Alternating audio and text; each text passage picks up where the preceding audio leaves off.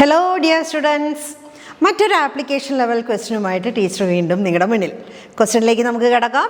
നോക്കിയേ, A herbaceous plant is kept in A close chamber containing radio active carbon dioxide, radioactive carbon C14, under sufficient light. After some time, maximum radioactivity will be detected first in which of the following molecules? Options: starch present in chloroplast, sucrose transported through phloem, 3-phosphoglyceric acid in chloroplast, glucose present in vacuole. Conceptual ക്ലാരിറ്റിയോടുകൂടെ ചിന്തിച്ചാൽ മാത്രം ചെയ്യാൻ പറ്റുന്നൊരു question ആണ് അല്ലേ. അപ്പോൾ നമുക്കിവിടെ നോക്കിയ herbaceous plant, അത് ഏത് പ്ലാന്റ് ആയാലും കുഴപ്പമില്ല, പക്ഷേ ഒരു കണ്ടെയ്നർ, ഒരു കൺട്രോൾ കണ്ടീഷനിൽ നമുക്ക് ഹെർബേഷ്യസ് പ്ലാന്റ്സിലെ എക്സ്പെരിമെൻറ്റുകൾ ചെയ്യാൻ പറ്റുള്ളൂ അല്ലേ. അപ്പോൾ റേഡിയോ ആക്റ്റീവ് കാർബൺ ആണ് കൊടുത്തിരിക്കുന്നത്, സഫിഷ്യൻറ്റ് ലൈറ്റും കൊടുത്തിട്ടുണ്ട് എന്ന് പറയുമ്പോൾ കാർബൺ ഡൈ ഓക്സൈഡും ലൈറ്റും ഉണ്ട്, പ്ലാന്റ് ആണ്, ക്ലോറോഫിലും ഉണ്ട്. സോ ഉദ്ദേശിക്കുന്നത് ഫോട്ടോസിന്തസിസ് ആണ് ഇല്ലേ. എന്നിട്ട് നമ്മൾ കണ്ടുപിടിക്കേണ്ട എന്താണെന്ന് പറഞ്ഞു കഴിഞ്ഞാൽ, കുറച്ച് സമയം കഴിഞ്ഞിട്ട് ഈ പറയുന്ന റേഡിയോ ആക്റ്റീവ് കാർബൺ ആദ്യമായിട്ട് ഏത് കോമ്പൗണ്ടിലായിരിക്കും കിട്ടുന്നത്.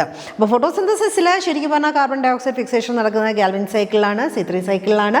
അപ്പോൾ ഇങ്ങനെയുള്ള തിയറീസും മൈൻഡിലേക്ക് വരുമ്പോഴാണ് നമുക്ക് മനസ്സിലാക്കാൻ സാധിക്കുന്നത് C3 സൈക്കിളൊക്കെ കഴിഞ്ഞ് ഗ്ലൂക്കോസും എല്ലാം ഉണ്ടായത് പോളിമറൈസ് ചെയ്താണ് സ്റ്റാർച്ച് ഉണ്ടാകണേ. ഇവിടെ ഫസ്റ്റ് കോമ്പൗണ്ടാണ് ചോദിച്ചിരിക്കുന്നത്.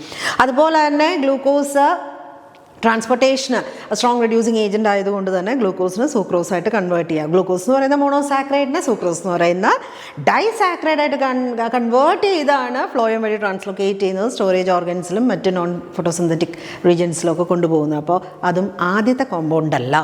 3-phosphoglyceric acid അല്ലേ, കാൽവിൻ സൈക്കിളിലെ ആദ്യത്തെ സ്റ്റേബിൾ കോമ്പൗണ്ടാണ് 3PGA.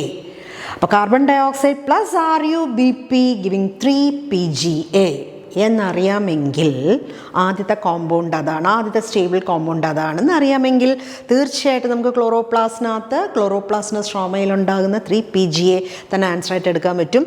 ഗ്ലൂക്കോസ് വാക്യൂളിലല്ല, ക്ലോറോപ്ലാസ്റ്റിനകത്താണ് ഉണ്ടാകുന്നത്. ഉണ്ടായാൽ പിന്നെ അത് റെസ്പിറേഷന് വിധേയമാകുകയാണ്, അല്ലെങ്കിൽ അത് അല്ലേ സൈറ്റോപ്ലാസത്തിൽ വന്നിട്ട് ഗ്ലൈക്കോളിസിസ് അങ്ങനെ പോവുകയാണ്, അല്ല എങ്കിൽ അത് ട്രാൻസ്പോർട്ടേഷന് വിധേയമാകുകയാണ്.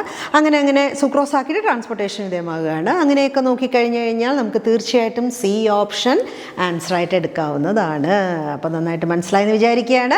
ഇതുപോലുള്ള ബയോളജിയിലെ ആപ്ലിക്കേഷൻ ലെവൽ കോൺസെപ്റ്റ് ക്ലാരിറ്റിയോടുകൂടെയുള്ള ക്വസ്റ്റ്യൻസ് ഒക്കെ ആയിട്ട് വീണ്ടും ടീച്ചർ നിങ്ങളുടെ മുന്നിൽ വരുന്നതായിരിക്കും. Till then good bye.